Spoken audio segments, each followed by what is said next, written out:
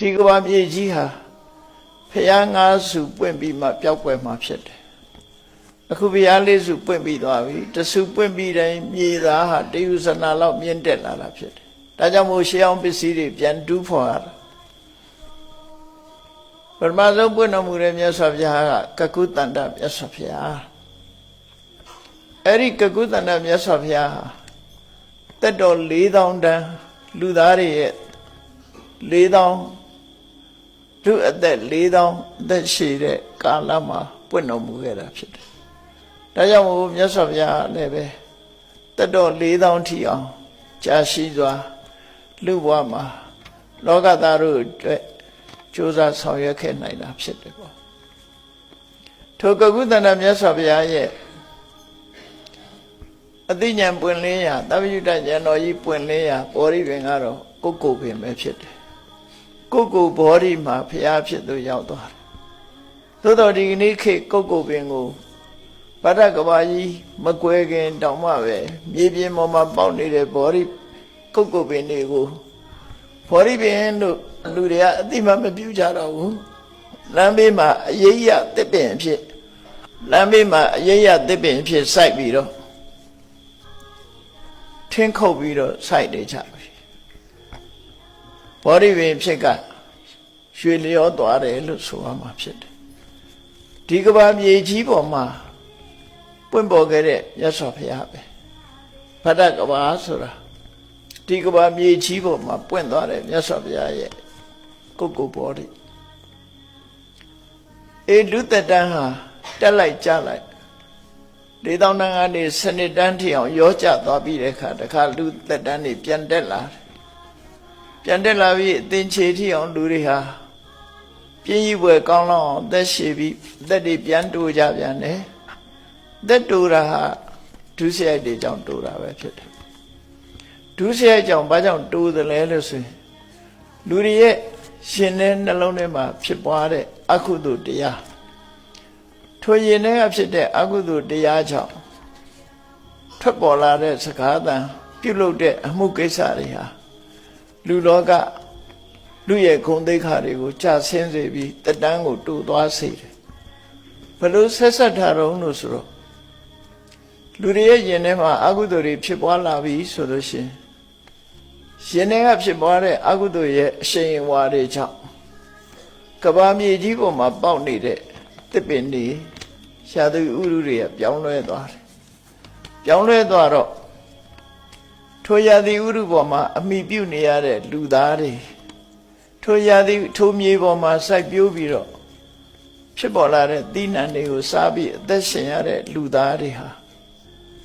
ရုပ်လျော့လာတဲ့တဖြည်းဖြည်းသက်ဟာရုပ်လျော့သွားတယ်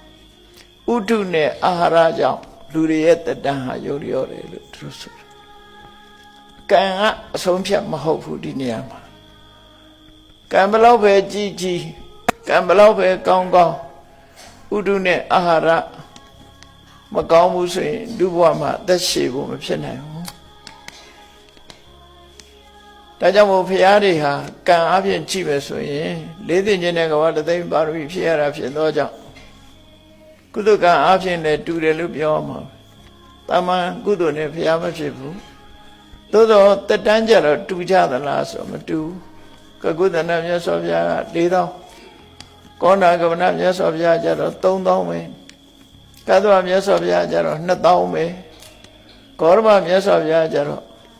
တရားရမ်းမို့80ပဲနေရတယ်ဟောတက်တန်းတွေကဒီလိုကွာအဲ့တက်တန်းတွေဟာကံတူရဲ့တန်းနဲ့ဘာကြောင့်ကွာရတော့ဆိုရင်ဥဒုနာဘောဇနေနာအာယုဟာယတိပိဝဋ္ဌတိပိအဖြေကအဲ့ဒါလူတွေရဲ့ရင်ထဲမှာဖြစ်ပွားလာတဲ့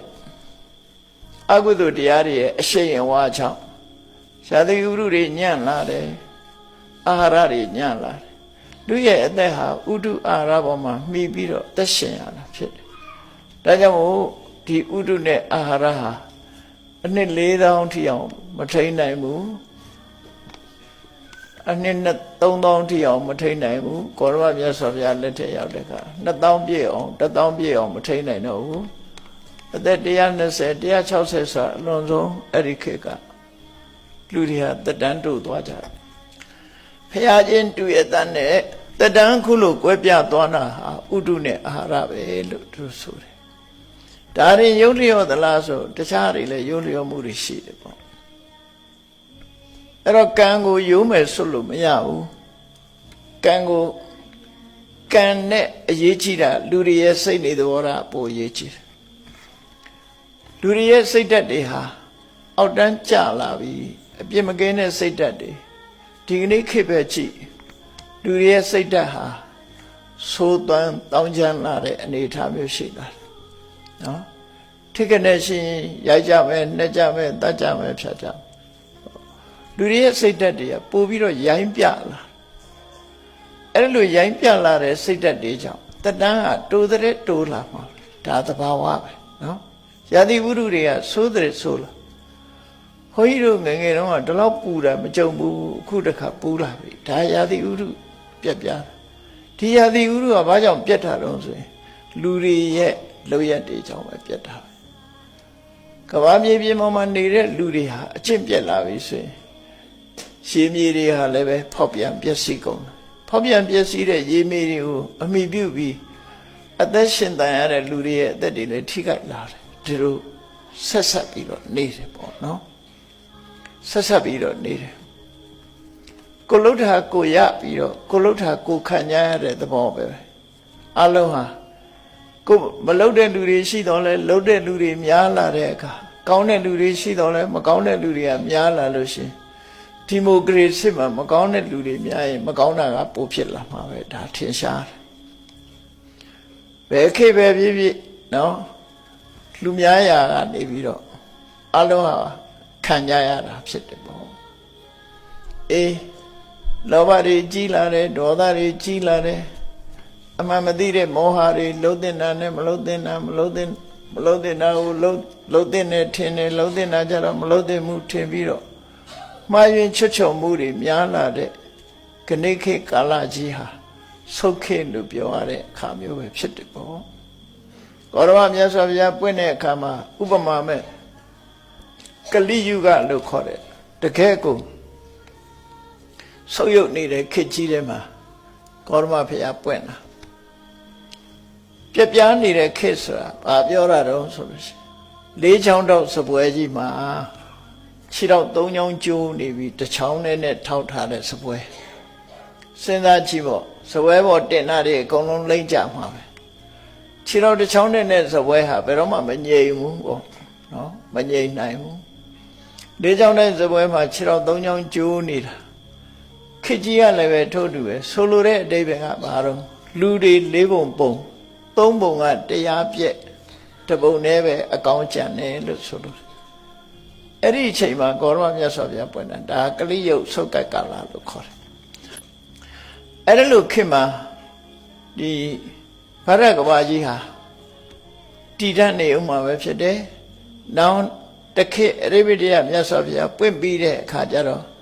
ဒီကဘာကြီးဟာမိလောင်လို့ရင်လည်းပျက်စီးမယ်ရေမြုပ်လို့ရင်လည်းရေမျောလို့ရင်လည်းပျက်စီးမယ်လေတိုက်လို့ရင်လည်းပျက်စီးမယ်ရေမီးရေလေဆိုတဲ့အဖြစ်၃မျိုးနဲ့တစ်မျိုးမျိုးနဲ့ပျက်စီးတာဖြစ်တယ်ကဘာကြီးပျက်စီးတယ်ဆိုတာအဲ့ဒါလို့လူတွေသာထိခိုက်ပြီးတော့ကဘာကြီးကတော့မပျက်စီးသေးဘူးဒီ